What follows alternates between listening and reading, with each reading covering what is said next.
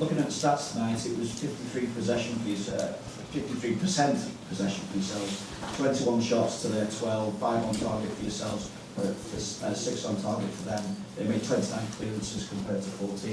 Just wonder what those stats say on your players competed tonight, and also potentially what level you feel that this group can get to as well, what indication it gives of the level they can get to, whilst recognising obviously you'll lose Andy Robertson at the moment. So. Oh, you have a lot of questions in one. I think we made a lot of progression compared to last week. I have to give a lot of credits to the players, how hard they worked. I have to give a lot of credits to our fans, how they helped us tonight to execute our game plan. And that means if we have a high press, it's so helpful if there are fans behind you to keep on pushing you. That's what they did. Unfortunately, it's one of the many examples of this season where we weren't able to score from the many chances we had. Again, we were so far underperforming in terms of XG. And that is just an ongoing thing with us throughout the whole season. And add to that, as it seems to be a bad injury, we don't know sure yet. Add to that another intervention of the VAR, which went not in our favor. And that's also not for the first time this season. Then, of course, we are very disappointed because I think there were parts in the second half where you could just feel if we can score now, this is going to become a special night. And but the future looks very bright for this team, for this club, because we've shown that we can compete with the champions of Europe in our stadium.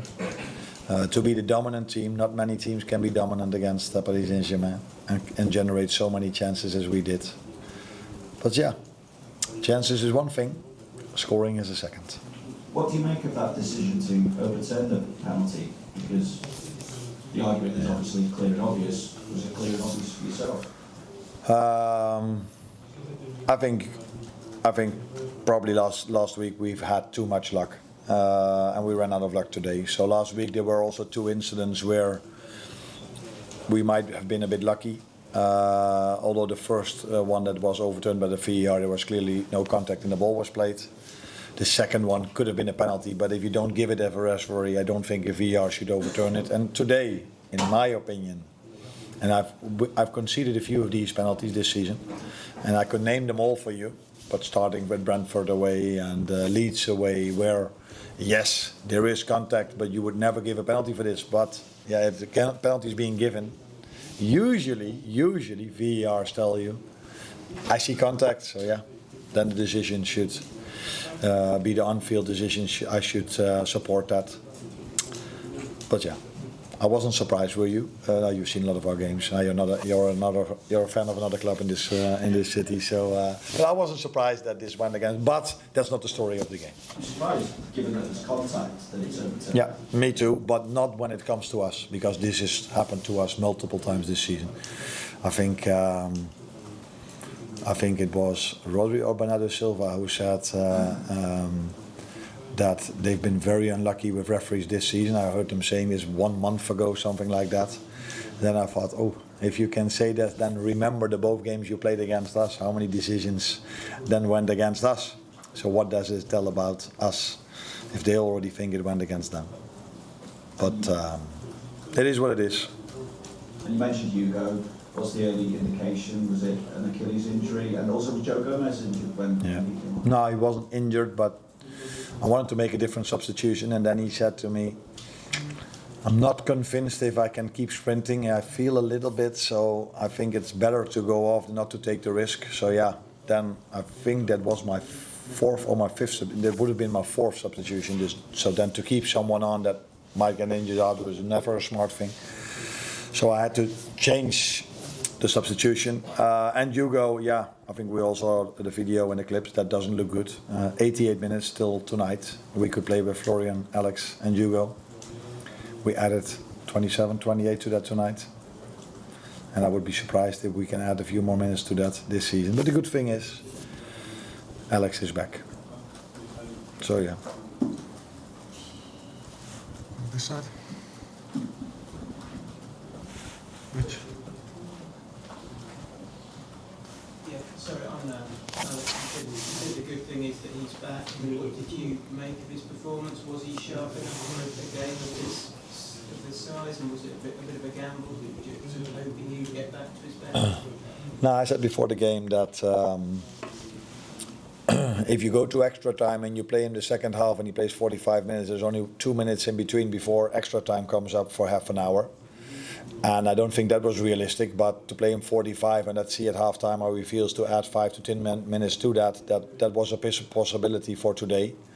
But because we already had to make this first substitution in the first half, I didn't want to make the second substitution 5 or 10 minutes after halftime. That's why I took him off at halftime. He was twice close to a goal, and that's why you play a striker of his level, because there was one header from a set piece, and there was one great run in behind Pacho, where he was really close to scoring, which eventually was offside. So it's good to see and to have him back, and I think he was ready. If I thought he wasn't ready, then I wouldn't have played him.